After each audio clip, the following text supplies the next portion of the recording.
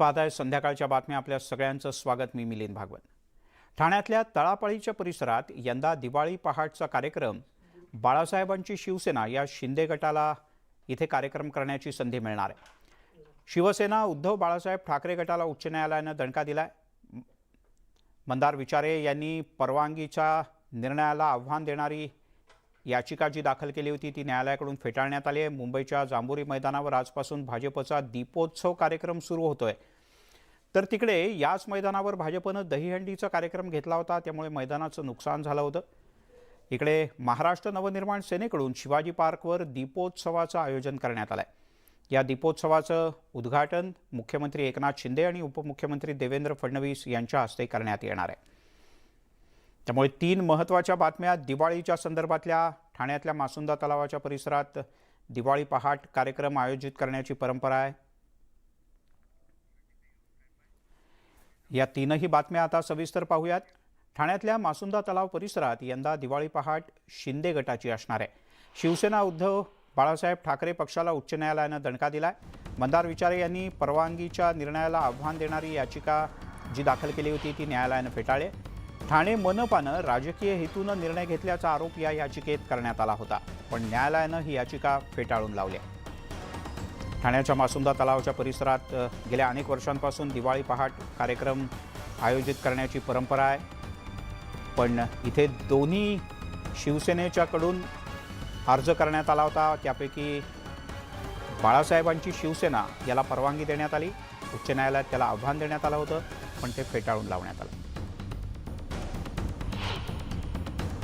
कोर्टाने तुम्हाला चांगली चपराक दिलेली आहे. फक्त कुठलंही काही झालं, काही हो, नरेश मस्केनंही केलं अशा पद्धतीचा जो आपण ग्रह केलेला आहे तो असा ग्रह करू नका. नियमाने वागा, सर्व काही व्यवस्थित होईल. शिवसैनिक तुमच्या सोबत नाहीये याचा राग नरेश मस्केनवर काढू नका. गेली 10 वर्ष आम्ही ठाण्यातील तळावपाळी येथे युवा सेनेच्या माध्यमातून दिवाळी पहाट हा सांस्कृतिक प्रोग्रामचं आयोजन करत होतो. ह्या वर्षी सुद्धा ठाणे महानगरपालिकेच्या नियमावलीनुसार आम्ही चांगले ॲप्लिकेशन्स फायर डिपार्टमेंट असतील, ट्रॅफिक पोलीस असतील, नौपाडा पोलीस स्टेशन असतील किंवा TMC असतील यांना आम्ही ती ॲप्लिकेशन्स दिली होती. परंतु आमच्या विरोधात पिटिशन दाखल करण्यात आलं. आज त्याचीच सुनावणी कोर्टामध्ये झाली आणि कोर्टाने सर्व कागदपत्राची तपासणी करून आज न्याय जो झाला तो आमच्या बाजूने झाला आणि आम्हाला सांगितलेलं आहे की मुख्यमंत्री एकनाथजी शिंदे साहेब तसेच जिल्हाप्रमुख नरेशजी मस्के साहेब यांच्या मार्गदर्शनाखाली दिवाळी पहाट हा आम्ही साजरी करणार आहोत. तिकडे मुंबईच्या जांभुरी मैदानावर आजपासून भाजपच्या दीपोत्सव कार्यक्रमाला सुरुवात होते. याआधी याच मैदानावर भाजपनं दहीहंडीचा कार्यक्रम आयोजित केला होता, त्यामुळे मैदानाचं मोठं नुकसान झालं होतं असा आरोप झाला. शिवसेनेचा बालेकिल्ला असलेल्या वरळीत भाजपकडून जोरदार शक्ती प्रदर्शन सुरू आहे. दहीहंडीच्या पाठोपाठ आता दिवाळीच्या निमित्तानं वरळीच्या जांभोरी मैदानात दीपोत्सव साजरा होत असल्यानं भाजपचा डोळा आदित्य ठाकरे यांच्या मतदारसंघावर असल्याचं स्पष्ट झालंय. त्याच मैदानातून आपल्यासोबत जोडले गेलेत आपले प्रतिनिधी तुषार रुपनवर. तुषार, गणपती जोरात, दहीहंडी जोरात आणि आता भाजपची दिवाळी पण जोरात. मिलिंद, आपण जर पाहिलं असेल तर 2 वर्षानंतर संपूर्ण महाराष्ट्रभरामध्ये गणेशोत्सव असेल, दहीहंडी उत्सव असेल, नवरात्रोत्सव असेल, या पाठोपाठ आपल्याला दीपोत्सव देखील आपल्याला मोठ्या दिमाखात साजरा होताना पाहायला मिळणार आहे. आता सर्वात चर्चेत असणारं मैदान हे आता आपल्याला जांभोरी मैदान पाहायला मिळते. याच जांभोरी मैदानामध्ये आपल्याला मोठ्या प्रमाणात या ठिकाणी दहीहंडी उत्सव देखील साजरा करण्यात आला होता. नवरात्रोत्सव देखील मोठ्या प्रमाणात साजरा करण्यात आला आणि आता आपण हे व्हिज्युअल पाहताय, संपूर्ण महाराष्ट्राला पण दाखवतोय. दीपोत्सव संपूर्ण मुंबईतला सर्वात धमाकेदार दीपोत्सव याच जांभोरी मैदानात साजरा होणार आहे. हे जांभोरी मैदान सर्व प्रेक्षकांना सांगायला हवं, हे जांभोरी मैदान वरळीच्या आदित्य ठाकरेंच्या मतदारसंघांमध्ये येतं. मात्र गेल्या अनेक दिवसांपासून या जांभोरी मैदानावरती आपल्याला एक प्रकारे भाजपा वर्चस्व गाजवताना पाहायला मिळते. या जांभोरी मैदानाच्या माध्यमातून भाजपा मोठमोठे आपल्याला सण उत्सव साजरे करताना पाहायला मिळतात. आता दीपोत्सवाची मोठी तयारी सुरू आहे, मोठमोठी बक्षिसं देखील आहेत. आपल्यासोबत बोलण्यासाठी भाजप आमदार मिहिर कोटे जे आहेत गेल्या अनेक दिवसांपासून ते या दीपोत्सवाची असेल नवरात्रोत्सवाची असेल तयारी करताना पाहायला मिळतात. सर काय सांगाल, दीपोत्सव मोठ्या दिमाख्यात आपल्याला साजरा होताना पाहायला मिळतोय आणि निवड ही तुम्ही जांभुरी मैदानच का केली, काय सांगाल? बघा, महाराष्ट्रात सत्ता परिवर्तन झालं त्यावेळी जन्माष्टमीच्या वेळी याच मैदानामध्ये ज्यावेळी देवेंद्र फडणवीसजी आले होते, आमचे नेते आले होते, त्यांनी सांगितलं होतं आता प्रत्येक हिंदू सण होणार जोरात. तर जन्माष्टमी जोरात झाली, गणेशोत्सव जोरात झाला, नवरात्री जोरात झाली, दसरा जोरात झाला आणि दिवाळी तर आपल्या हिंदू धर्मात सर्वात मोठा सण आहे. तर हे जोरातच व्हायला पाहिजे म्हणून हे जांभोरी मैदानमध्ये आम्ही मराठी सन्मानाचा आमचा मराठमोळा दीपोत्सव हे आयोजित केलेलं आहे. इकडे रोज चांगले कलाकार परफॉर्म करणार आहेत. राहुल देशपांडे आहे. तुषार, आवाज नीट पोहोचत नाहीये पण आपल्याला तयारी दिसते. एकाच मैदानावर लक्ष करण्यात येत आहे, एकाच मैदानाच्या माध्यमातून एकच मतदारसंघ लक्ष करण्यात येतोय. हे थेट आणि स्वाभाविकपणे दिसतंय. अर्थातच या दहीहंडीच्या मागे, दीपोत्सवाच्या मागे जे पडद्यामागचं लक्ष आहे ते मुंबई महापालिकेची निवडणूक, आगामी विधानसभेची निवडणूक आणि शिवसेना उद्धव बाळासाहेब ठाकरे यांचा पराभव हेच या पाठीमागचं लक्ष आहे. तुषार, तुर्तास धन्यवाद या माहितीबद्दल. त्यामुळे प्रत्येक ठिकाणी मैदानाचा वाद, न्यायालयात धावणं आणि बरंच काय. दादर इथे छत्रपती शिवाजी महाराज मैदानात अर्थात शिवाजी पार्क इथे महाराष्ट्र नवनिर्माण सेनेच्या वतीनं दिवाळीच्या निमित्तानं दीपोत्सवाचं आयोजन करण्यात येतं. मनसेच्या या दीपोत्सवात संपूर्ण मैदानाला विद्युत रोषणाई केली जाते. हा लखलखता दीपोत्सव पाहण्यासाठी मुंबईकर मोठ्या प्रमाणात गर्दी करतात.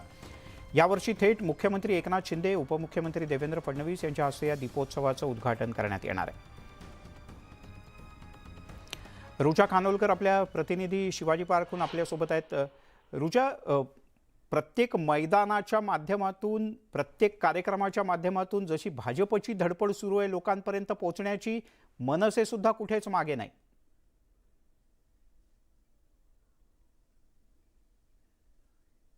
नक्कीच मिलिंद, गेली 10 वर्ष खरं तर महाराष्ट्र नवनिर्माण सेना शिवाजी पार्कमध्ये या विद्युत रोषणाईचं दिवाळीमध्ये आयोजन करतं आणि हा सोहळा अगदी या सोहळ्याचा अनुभव घेण्यासाठी मुंबईकर वेगवेगळ्या ठिकाणाहून इथं येत असतात.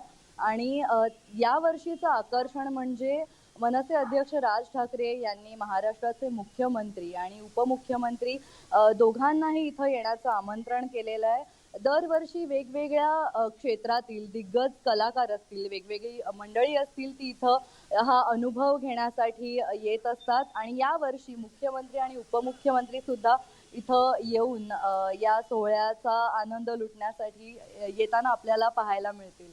आणि खरं तर 2 वर्षानंतर सगळेच सण इतक्या धूमधडाक्याने होत आहेत, त्यामुळं दिवाळी सुद्धा साजरी करण्यासाठी मुंबईकर सज्ज झालेत. मिलिंद.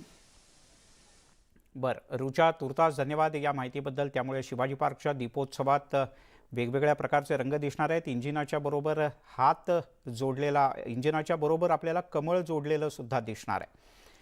रुचा, धन्यवाद. तिकडे मुंबईमध्ये बॉम्ब हल्ल्याच्या धमकीचा एक फोन आला आणि या निनावी फोननंतर एकच धावपळ झाली. एकूण 3 ठिकाणी बॉम्बस्फोट घडवून आणण्याची धमकी या फोनच्या माध्यमातून देण्यात आली. काल रात्री उशिरा मुंबई पोलिसांना अशा प्रकारचा फोन आला. पोलिसांच्याकडून तातडीनं तपास सुरू करण्यात आला. BDDS पथकाच्या माध्यमातून हा तपास करण्यात आला. अर्थात bomb detection and disposal squad, infinity mall, PVR mall, Sahara hotel इथे बॉम्बस्फोट घडवून आणण्याची धमकी देण्यात आली होती. पोलिसांनी या सगळ्या ठिकाणी कसून तपासणी केली आणि कुठेही काही आढळलं नाही. त्यानंतर सुटकेचा निश्वास सोडला.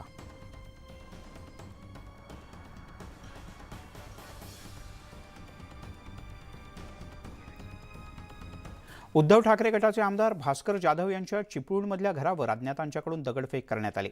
चिपळूणमधल्या घराच्या समोर दगड, क्रिकेटचे स्टंप आणि काचेच्या बाटल्या सापडल्या. या पार्श्वभूमीवर भास्कर जाधव यांच्या घरासमोर पोलीस बंदोबस्तात वाढ करण्यात आली. भास्कर जाधव यांनी नारायण राणे आणि त्यांच्या कुटुंबियांवर घणाघाती टीका केली होती आणि यानंतर कोकणातलं वातावरण चांगलंच तापलंय.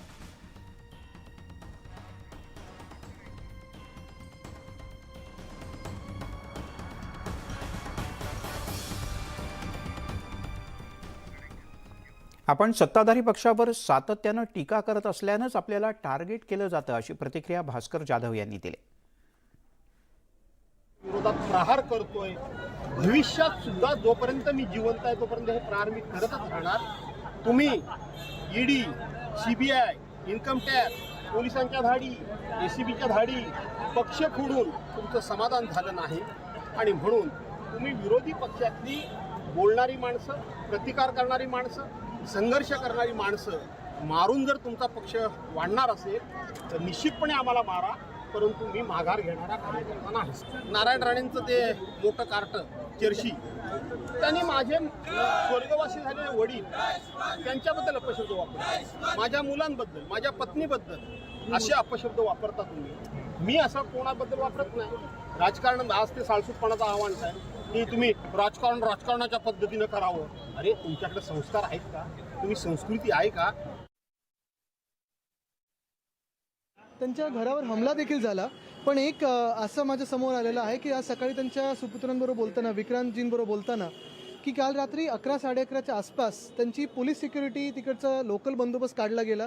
त्यांची जी SPU किंवा जी काही वेगळी यंत्रणा असते ती देखील काढली गेली आणि बरोबर 1-2 तासानंतर हा हल्ला झालेला आहे. इथे कुठे काही ह्या हल्ल्याला राजकीय पाठबळ आहे का? कुठेतरी यंत्रणा ह्याच्या मागे आहे का? मला वाटतं ह्याच्यावर सखोल चौकशी झाली पाहिजे. त्यामुळे या विषयावरून आता पुढचे काही दिवस कोकणात धुमशान रंगणार यात काहीच शंका नाही. तिकडे भास्कर जाधव यांच्या घरावर करण्यात आलेल्या दगडफेकीनंतर शिवसैनिक आक्रमक झाले. शिवसैनिकांनी पोलीस स्टेशनमध्ये ठिय्या आंदोलन केलं. हल्ला करणाऱ्यांना तात्काळ ताब्यात घ्यावं अशी मागणी करत जिल्हाप्रमुख सचिन कदम यांच्यासह शेकडो कार्यकर्ते चिपळूण पोलीस स्टेशनमध्ये ठिय्या देऊन बसले. पोलिसांना धारेवर धरत पोलीस कोणाच्या तरी दबावाखाली काम करतात अशा प्रकारचा आरोपही यावेळी करण्यात आला.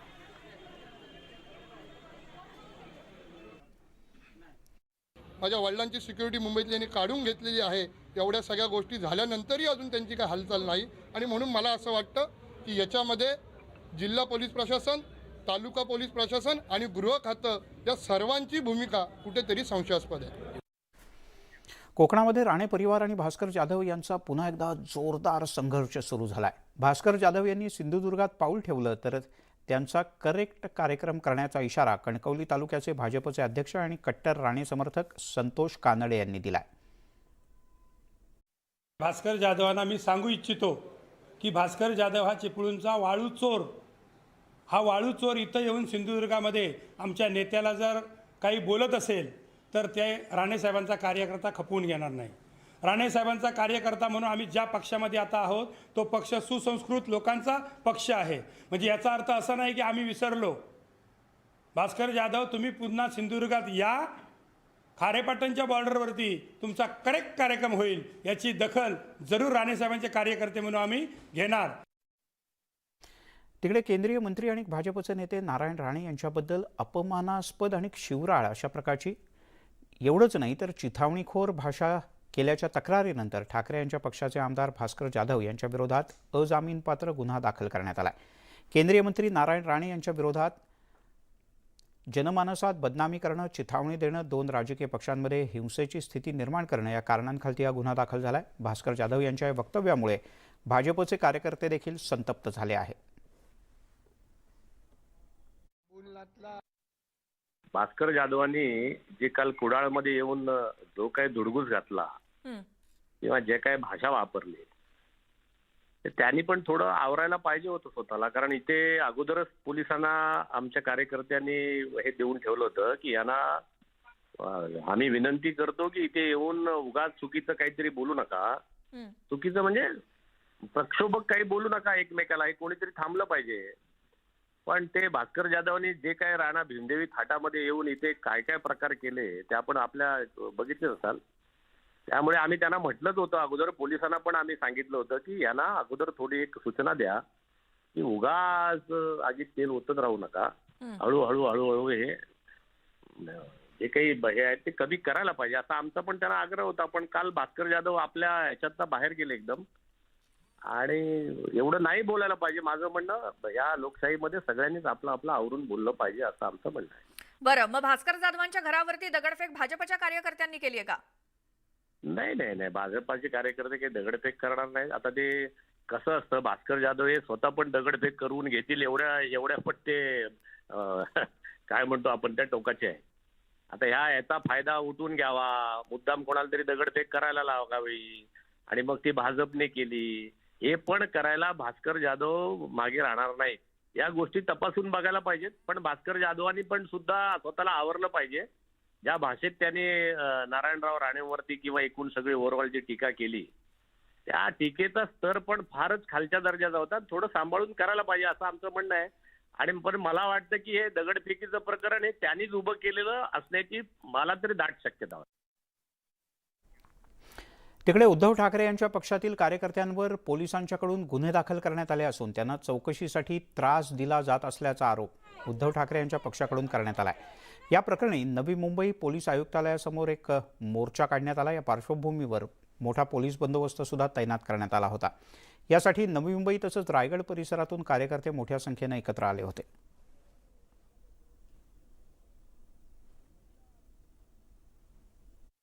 शिंदे सरकारच्या वतीने मागच्या काही दिवसापासून शिवसेनेच्या कार्यकर्त्यांना नाहक त्रास दिला जातोय.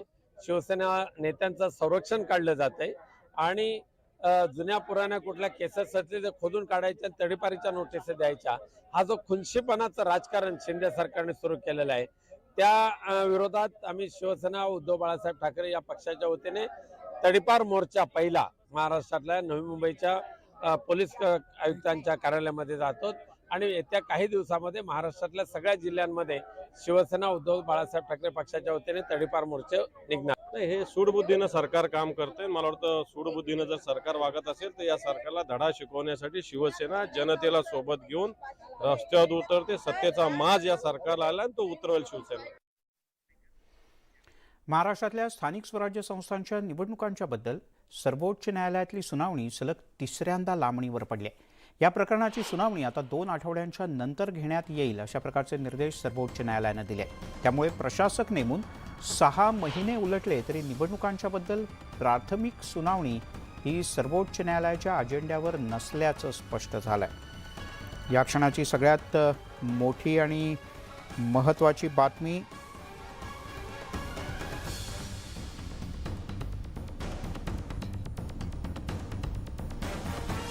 ती म्हणजे सर्वोच्च न्यायालयात जी सुनावणी तातडीनं होणं बाकी होतं ती अद्याप सुरूच झालेलं नाही. अर्थात त्याचं लिस्टिंगही तातडीनं झालेलं नाही असं कळतं. त्यामुळे महानगरपालिकांसह राज्यातल्या नगरपालिकांच्या निवडणुकांचा सुद्धा कार्यक्रम अद्याप जाहीर होऊ शकत नाही आहे.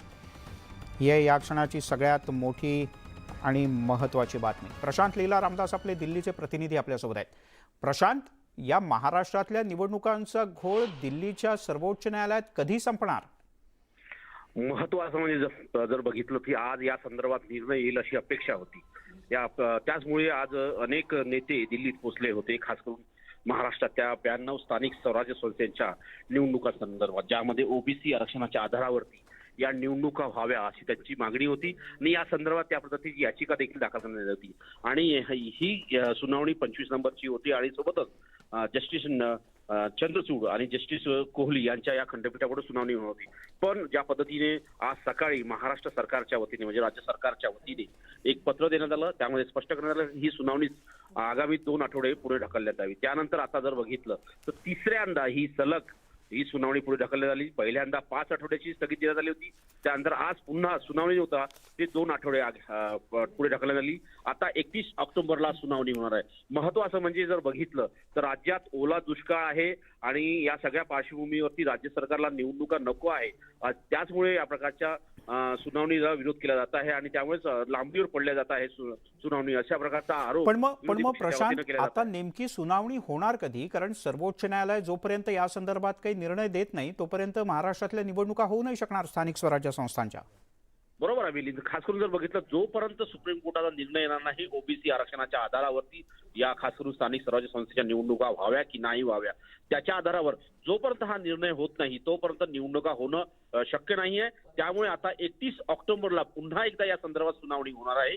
त्यावेळी अपेक्षा आहे की या संदर्भात कुठेतरी सुप्रीम कोर्टाच्या वतीने दिशानिर्देश देण्यात येईल. पण वारंवार ज्या पद्धतीनं महाराष्ट्र सरकारच्या वतीनं पत्र देऊन सुनावणी लांबणी केली जात आहे, त्याचा एक मोठा विरोध राज्य स्तरावर होताना आपल्याला पाहायला मिळतोय. प्रशांत तुर्तास धन्यवाद या सगळ्या सविस्तर माहितीबद्दल. तिकडे भाजपच्या नेत्या पंकजा मुंडे यांचं वेगळंच रूप आज कार्यकर्त्यांना पाहायला मिळालं. पंकजा मुंडे यांनी स्वतःच्या हातानं चहा तयार करून कार्यकर्त्यांना पाजला. औरंगाबादहून त्या बीडमध्ये जात होत्या. पिंपळगाव इथे भाजप कार्यकर्त्याच्या हॉटेलवर त्या चहा घेण्यासाठी थांबल्या. चहा तयार होत असताना पंकजाताई स्वतः तिथे पोहोचल्या आणि त्यांनी चहा बनवायला मदत केली आणि कार्यकर्त्यांच्या कपात स्वतः चहा देखील ओतला.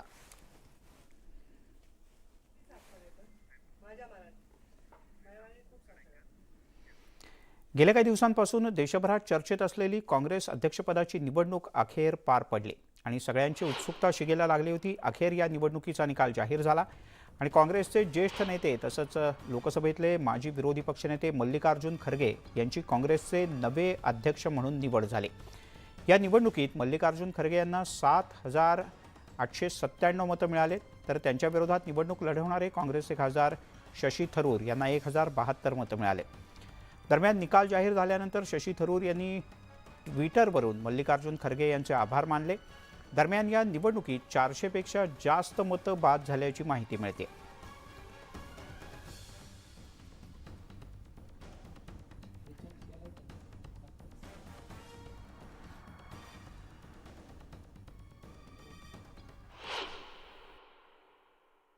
जे काम करावं लागणार आहे ते अध्यक्षांना करावं लागणार आहे. संवाद ठेवणं, सर्व कार्यकर्त्यांशी पदाधिकाऱ्यांशी संवाद ठेवणं, चर्चा करणं, आणखी काय नवीन करता येईल ते पाहणं आणि यामध्ये अत्यंत मुक्त वातावरण हे माननीय सोनियाजींकडून आणि राहुलजींकडून दिलं जाईल याची आम्हाला खात्री आहे. आणि काँग्रेसला एक नवं आता आपण पाहतोय की नवी फेज चालू होते आहे. या पदयात्रेच्या निमित्तानं असेल, नवीन अध्यक्ष मिळालेले आहेत. मला असं वाटतं की 2024 आमच्याकरता खूप चांगल्या पद्धतीनं यश मिळणारं वर्ष ठरेल. काँग्रेसला एक नवीन अध्यक्ष, अनुभवी अध्यक्ष, ज्यांनी लोकसभेमध्ये अनेक वर्ष काम केलं, राज्यामध्ये अनेक वर्ष आमदार या नात्याने, मंत्री या नात्याने राज्यात आणि केंद्रात ते काम करत राहिले आणि काँग्रेसचे निष्ठावंत नेते म्हणून त्यांचा आवर्जून उल्लेख केला जातो. आणि त्यामुळे मला खात्री आहे की आलेली आव्हानं हे ते निश्चितच मोठ्या हिमतीने त्याच्यावर मात करतील. काँग्रेस पक्षाला एक नवीन ऊर्जा देऊन एक नवीन दिशा देण्याचं काम हे निश्चितच मल्लिकार्जुन खरगे करतील. यामध्ये काँग्रेस नेत्यांनी पहिले जाहीर केलं की आम्ही लोकशाही पद्धतीनं काँग्रेस पक्ष वागतो आणि पक्षांतर्गत झालेल्या मतदान सुद्धा लोकशाही पद्धतीने झाले आहेत. ते यामध्ये इंटरफेरन्स नाही, सर्वांना मताचा अधिकार, अत्यंत सुंदर सिस्टमॅटिक पद्धतीनं संपूर्ण निवडणूक पूर्ण देशामध्ये झालेली आहे. त्यामुळे एकदा परत सिद्ध झालं की काँग्रेस लोकशाही पद्धतीला त्या ठिकाणी स्वीकारलेला आहे.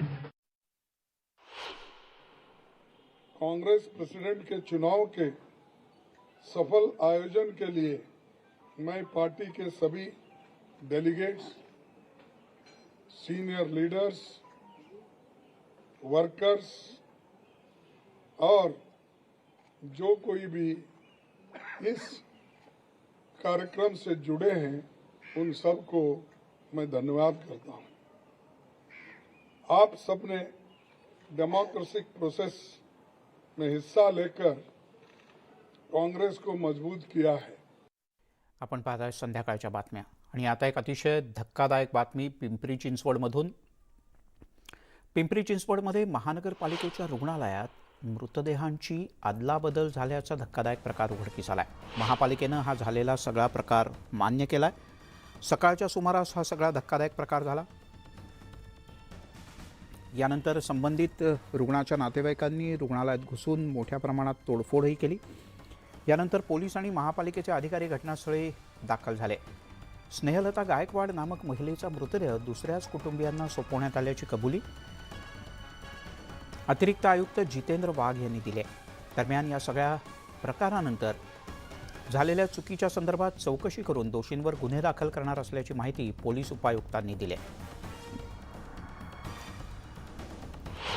असं म्हटलं की याच्यात निश्चितपणे चूक झालेली आहे. जी काही चूक आहे तिची एन्क्वायरी करावी लागेल आणि एन्क्वायरी केल्यानंतर त्याच्यामध्ये जी काही प्रशासकीय कारवाई करायची असेल ती निश्चितपणे केली जाईल. पण आज रोजी कोणती कारवाई केली जाईल हे आत्ता नाही सांगता येईल. त्याच्यात एन्क्वायरीनंतरच त्याच्यावरती आपल्याला भाष्य करणं योग्य.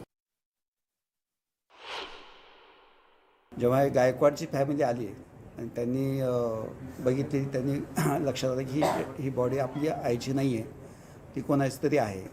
ही माहिती घेतल्यानंतर जेव्हा त्यांनी हे निदर्शनास आणून दिलं तर मग त्याचे टॅगिंग वगैरे सगळे बघितल्यानंतर हे निष्पन्न झालं की बॉडी एक्सचेंज झालेली आहे. तर मग जे गायकवाड यांचे नातेवाईक आहेत त्यांच्यामध्ये थोडासा रोष होता. पिंपरी चिंचवडमधल्या दी सेवा विकास बँकेच्या खातेदारांसमोर ऐन दिवाळीत एक मोठं संकट उभं राहिलं आहे. कारण नियमबाह्य पद्धतीने कर्ज वाटप करून 439 कोटींचा आर्थिक घोटाळा आणि भांडवली रकमेचा अपहार केल्यानं दी सेवा बँकेला RBIनं टाळं ठोकलंय. RBIच्या या निर्णयामुळे आता हजारो खातेदार रस्त्यावर उतरले आहेत. खरं तर ते मोठ्या प्रमाणात हवालदिल झालेत. दरम्यान यानंतर बँकेच्या माजी संचालक आणि तक्रारदारांच्या मध्ये आरोप प्रत्यारोप सुरू आहेत. राज्य सरकारनं या प्रकरणाचा तीव्र गतीनं तपास करावा आणि खातेदारांना न्याय मिळवून द्यावा, त्यांचे अडकलेले पैसे परत द्यावेत अशी मागणी खातेदारांनी केली आहे. अपहार केलेली रक्कम आणि बनावट कर्ज प्रकरणात वाटप केलेली सुमारे 800 कोटी रुपयांची रक्कम ही वसूल करावी अशी मागणी सुद्धा खातेदारांनी केली आहे.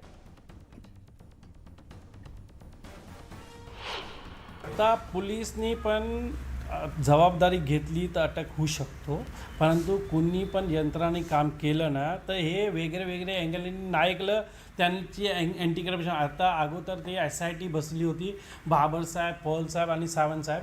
तर SIT बसल्यानंतर त्यांनी जे इन्क्वायरी सुरू केली तर त्यांनी अँटी करप्शनमध्ये कंप्लेंट करून टाकली की हे पैसे खाऊन माझी इन्क्वायरी करतात, हे करतात, ते पण गाबून गेले. बातमी आहे भिवंडीतून. भिवंडीमध्ये दिवसाढवळ्या एका वृद्ध महिलेच्या गळ्यातली सोन्याची चेन चोरण्यात आली. चेन स्नॅचिंगची ही घटना कल्याण रोड इथल्या सिद्धिविनायक प्लाझा हाऊसिंग सोसायटीच्या दरवाजापासची आहे. ही धक्कादायक घटना CCTVत कैद झाली. दुचाकीस्वार दोघंजण या वृद्धेची वाट पाहत गेटच्या जवळ उभे होते. रस्त्यावर मोठ्या प्रमाणात वर्दळही दिसून येते. वृद्ध महिला गेटच्या जवळ येताच दुचाकी चोरांनी तिच्या गळ्यातली साखळी ओढली आणि बाईकवरून लगेचच पोबारा केला. यावेळेला महिलेनं विरोध करण्याचा प्रयत्न केला तेव्हा दुचाकीस्वारांनी तिला काहीसं फरफटत नेलं. जखमी वृद्ध महिला तातडीनं काही नागरिक तिच्या मदतीला धावून आले, पण या सगळ्यात ती काहीशी जखमी झाले. सध्या तिच्यावर रुग्णालयात उपचार सुरू आहेत. परिसरात सोनसाखळी चोरांची गेल्या काही दिवसांपासून मोठी दहशत आहे.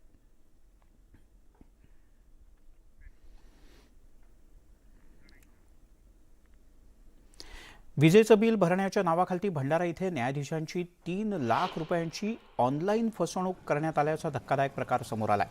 या प्रकरणी भंडारा पोलीस स्थानकात गुन्हा दाखल करण्यात आलाय. न्यायाधीशांच्या मोबाईलवर वीज बिल थकीत असून तात्काळ न भरल्यास वीज पुरवठा खंडित करण्यात येईल असा मेसेज आला होता. यावरून न्यायाधीशांनी त्या नंबरवर फोन केला तेव्हा त्यांना मोबाईलवर लिंक सपोर्ट हे ॲप इन्स्टॉल करण्यास सांगून त्यावर असलेली लिंक शेअर करायला सांगण्यात आलं. यानंतर त्यांच्या खात्यातून तब्बल 3 लाख रुपये काढून घेण्यात आले. यावरून पोलिसांनी अज्ञाताच्या विरोधात तातडीनं फसवणुकीचा गुन्हा दाखल केला आहे.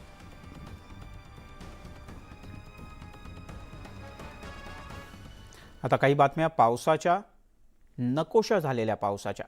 पुण्यातल्या शेवाळवाडी भागात कालच्या पावसाचं पाणी अद्यापही हायवेवर तसंच आहे. या साचलेल्या पाण्यामुळे नागरिक हैराण आहेत. शेवाळवाडी ते उपबाजार समिती या दरम्यान हे पाणी अद्यापही तसंच आहे. पाण्याचा निचरा झालेला नाही, त्यामुळे नागरिक त्रस्त आहेत. वाहतुकीची सुद्धा मोठी कोंडी जाणवते. विशेषतः शाळकरी मुलांच्या व्हॅन या सातत्यानं वाहतूक कोंडीत अडकून पडत आहेत. मनपानं या परिसरात पावसाळी गटारच बांधली नसल्याचं आता उघड झालं आहे. त्यामुळे हायवेवरती पाणी तुंबतंय आणि वाहतुकीची कोंडी होते. स्थानिकांनी असा थेट आरोप केला आहे. या प्रकरणी आता तातडीनं कारवाई करण्याची मागणी होते.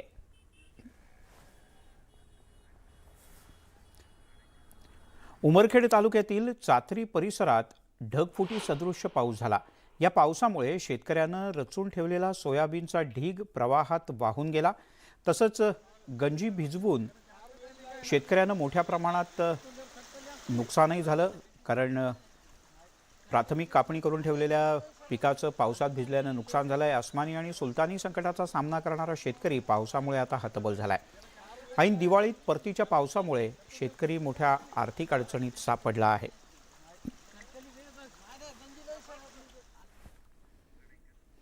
बुलढाणा जिल्ह्यातल्या सिंदखेड राजा तालुक्यात साखरखेरडा इथून वाहणाऱ्या भोगवती नदीला मोठा पूर आला. पुलावरून पाणी वाहू लागल्यानं वाहतुकीला मोठा फटका बसला. पुलावरून 3 ते 4 फूट पाणी वाहत होतं. त्यामुळे या मोसमात म्हणजे या पावसाळ्यात आत्तापर्यंत 5व्यांदा असं झालंय की इथली वाहतूक कित्येक तास ठप्प झाली. मुसळधार पावसामुळे सिंदखेड राजा आणि साखरखेरडा या दरम्यानचा संपर्क काही तास तुटला होता.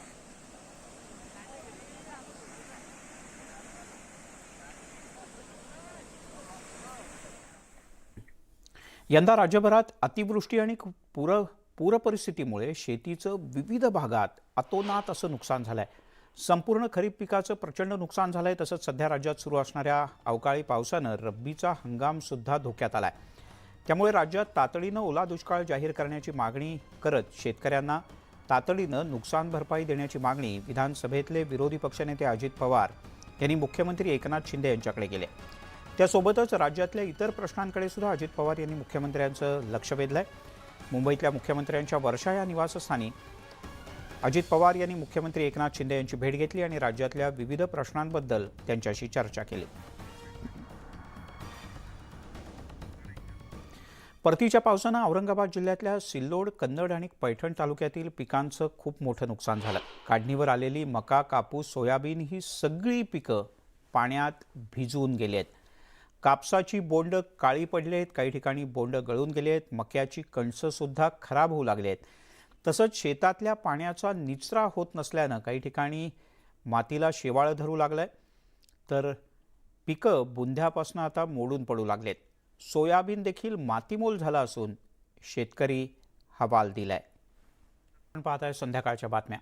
दिवाळीच्या सणामध्ये दरवर्षीप्रमाणे याही वर्षी एसटी महामंडळानं 20 ऑक्टोबरच्या मध्यरात्री ते 31 ऑक्टोबरच्या दरम्यान भाडेवाढ जाहीर केले.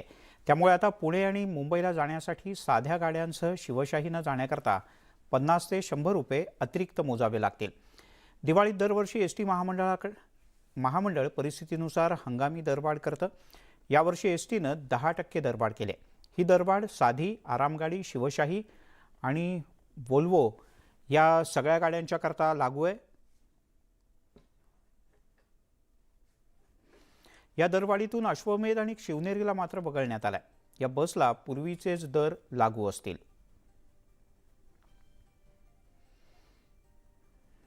गरीब जनता याच्यात भरडले जाणार आहे. सगळीच महागाई झाली. आणखी त्यात एसटीनं पण तेल ओतलेलं आहे. एस टी महामंडळाने भाववाढ करून एक गरीब जनतेचे आज एस टी महामंडळ फक्त गरिबाच्याच गाड्या राहिलेल्या आहे. त्याचंही भाडेवाढ झाल्यामुळे हे गरीब जनतेचंच नुकसान आहे. मी पोलीस भरतीची तयारी करतोय आणि कधीमध्ये गावाला जावं लागतंय. तर एस टी भाडवाड्यामुळे इथं याचं शिक्षणाचा खर्च, क्लासेसचा खर्च, अभ्यासिकेचा खर्च आज सगळे हे आम्हाला परवडत नाही आहे. कारण 20 तारखेपासून यांनी 10% वाढ केली आहे. त्याच्यामुळं आम्हाला परवडत नाही. एस टी महामंडळातील अधिकारी आणि कर्मचाऱ्यांना यंदा सरसकट 5,000 रुपये दिवाळी भेट मिळणार आहे. यासाठी राज्य सरकारकडून 45 कोटी रुपयांची तातडीची तरतूद करण्यात आली. याआधी प्रत्येक वर्षी एस टीच्या कर्मचाऱ्यांना दिवाळीत 2,500 रुपये आणि अधिकाऱ्यांना 5,000 रुपये भेट दिली जायची. दरम्यान एस टी कर्मचाऱ्यांना 6% महागाई भत्तासुद्धा मिळणार असून त्याची प्रक्रिया सध्या अंतिम टप्प्यात आहे.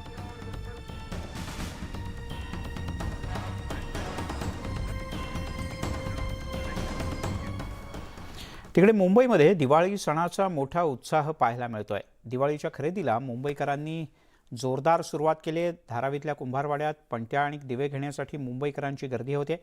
यावर्षी 1 रुपयापासून ते 100 रुपयापर्यंत वेगवेगळ्या प्रकारचे आणि आकाराचे दिवे बाजारात विक्रीसाठी उपलब्ध आहेत.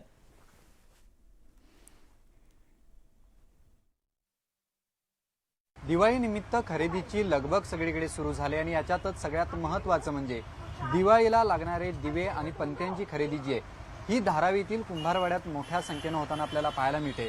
आपण बघू शकतो की यावर्षी वेगवेगळ्या प्रकारच्या पणती आणि दिवे जे आहेत हे मार्केटमध्ये आलेले आपल्याला पाहायला मिळतात. यावर्षी आकाश कंदील जे आहेत हे मातीचे सुद्धा आपल्याला विक्रीसाठी बाजारात येताना पाहायला मिळत आहेत. आणि वेगवेगळ्या आकारांची दिवे जे आहेत हे आपल्याला पाहायला मिळत आहेत. मग दरवर्षीपेक्षा पारंपरिक असण्यापेक्षा काहीशी वेगळ्या स्टाईलचे सुद्धा दिवे जे आहेत हे आता बाजारात आलेले आहेत. आपल्यासोबत येथील व्यापारी आहेत, त्यांच्याशी आपण बोलणार आहोत. एकंदरीत जर पाहायला गेलं तर या दुकानामध्ये अशा वेगवेगळ्या प्रकारच्या पंत्या ज्या आहेत ह्या आपल्याला पाहायला मिळत आहेत. कोणत्या प्रकारच्या पंत्या यावर्षी आहेत आणि कसा ग्राहकांचा प्रतिसाद आहे तुम्हाला? इधर से ये सब प्रकार का है. इसको रंगोली दिया बोलता है, 5 दिया वाला है, कलश वाला. ये 70 रुपीज़ का है और ये क्वांटिटी में बिकते रहते हम लोग का. ऐसा नया आइटम है पूरा ये. ये दूसरा मैं बताता हूँ. ये दूसरा ये वाले नए वाले एलिफेंट वाले भी है. ये 5 दिया एलिफेंट है. ये 90 रुपये का है.